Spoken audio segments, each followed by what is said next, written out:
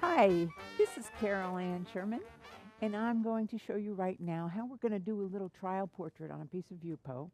I'm ready to do this big painting actually, but I want to try out some of my colors first. If you've seen some of my other lessons, I've shown you how to transfer the drawing with a light box and just do an important part. So we can do a small part and see if we like the colors. In my case, I use one background color throughout the whole painting, so it's kind of tricky sometimes.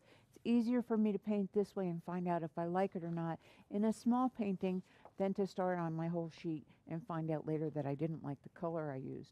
Normally when I do a skin tone or I do a portrait, I normally will use something along the yellow lines or the orangey lines because I find it a little more compatible with the flesh tones. But today, because we're doing a little picture of Sarah here, and she is standing, she's on a boat actually, and she's against this gorgeous blue sky, we're going to try going with a Holbein Horizon Blue horizon. So I'm going to take this painting, and the first thing I'm going to do is lay down my background like I always do. I'm going to paint the whole thing blue. And I am going to very carefully put some of this paint on my Yupo.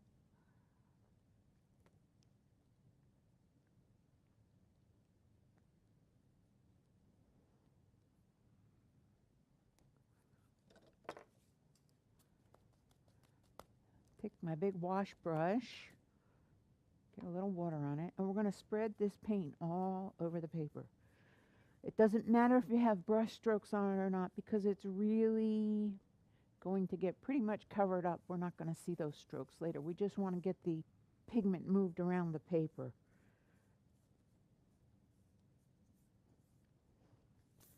Now sometimes, especially if I'm doing a quickie like this and I want to try something different, see how it's going to work out, I may put my whole background in horizon blue, and then just for a sky effect, I may come in here and take a little bit of lilac, run it through my painting. So I have other areas of the painting that are going to come out a little different color, but it's just slightly planned, not that much. So I'm going to take that the way it is. We are going to take a roller,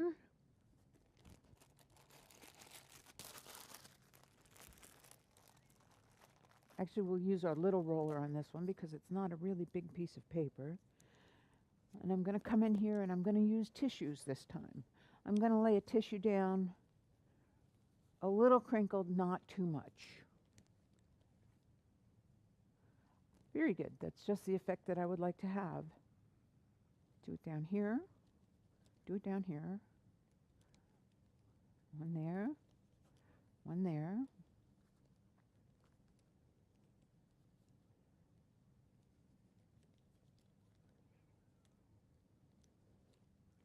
We know that this part of her face is going to be in a flesh tone, so I'm not going to leave a lot of paint on it where I know that I've got to go with a conflicting color. Most of all, this is to get the background done. I'm going to come in with a flat, naked roller now.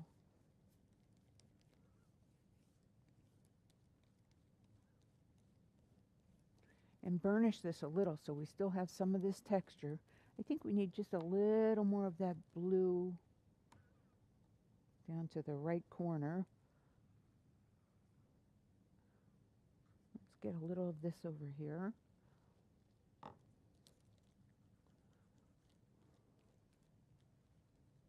Now, be careful not to have any oils or any makeup or sunscreen or grease or potato chips or anything like that on your fingers, because if you do, you're going to get little resistant spots.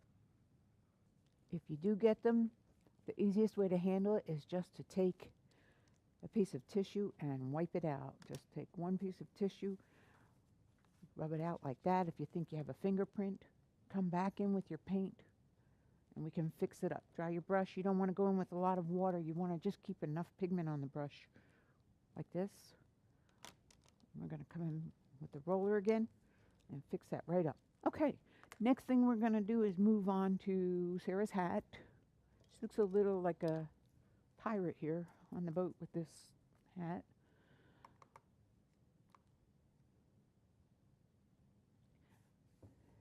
Actually, we're going to take a lot of this out because we're going to go with a straw color kind of, and it's not going to be compatible. It's going to be too green if I leave the blue background under it. So I'm coming in just with my cat's tongue brush, which is kind of a lifesaver for me because it gives me all the things I need.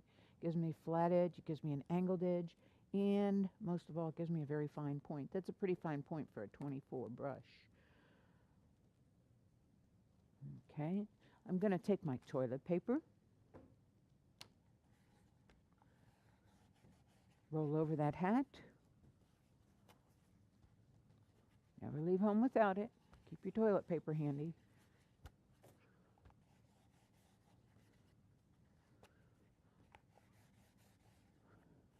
And I don't mind if a little of the blue stays in there. That's really okay with me. Now, let's go in there and work on that hat a little bit. We're going to come in with kind of a straw color, which I think for this yellowy hat, we're going to come in with a combination. This is my little palette map. It tells me what colors I have on here. Let's see if we want it to be somewhere between permanent yellow deep and new gamboge. We can do that, and possibly a little greenish yellow in there with it. And after all, this is our trial piece. So here's the permanent yellow.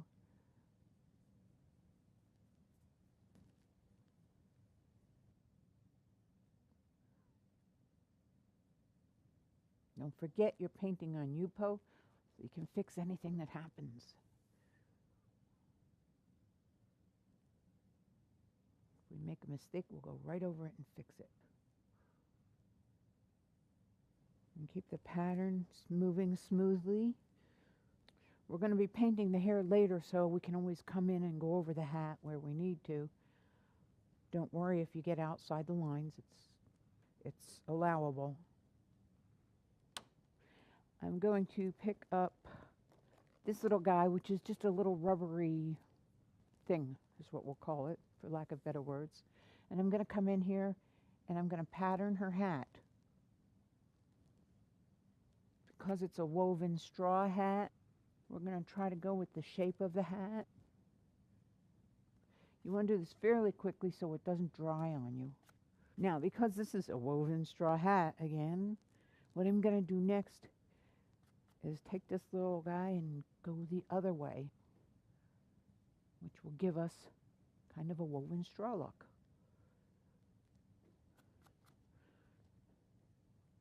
And keep in mind that I'm doing this one specifically to know what I'm going to do later on when I do the big painting. And I think that works real well.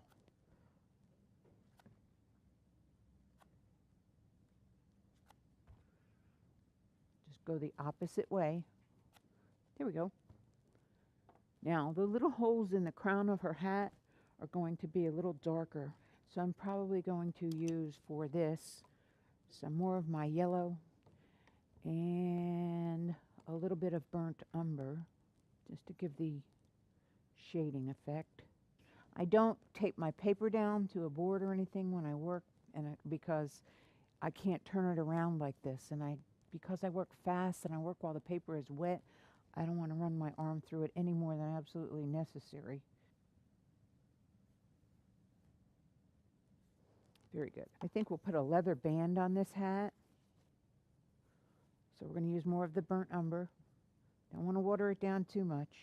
This is the underside of the hat, so it's going to come darker. I'm going to again mix up that yellow, possibly a little new gamboge with some bluish tones in it, and do the shadow side underneath the hat down here like this. Again, we're going to take this little rubber orange thing, come in, and we're going to pattern it.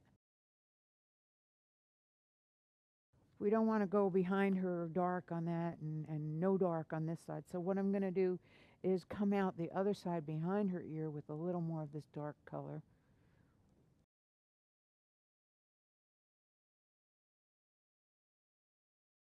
Good.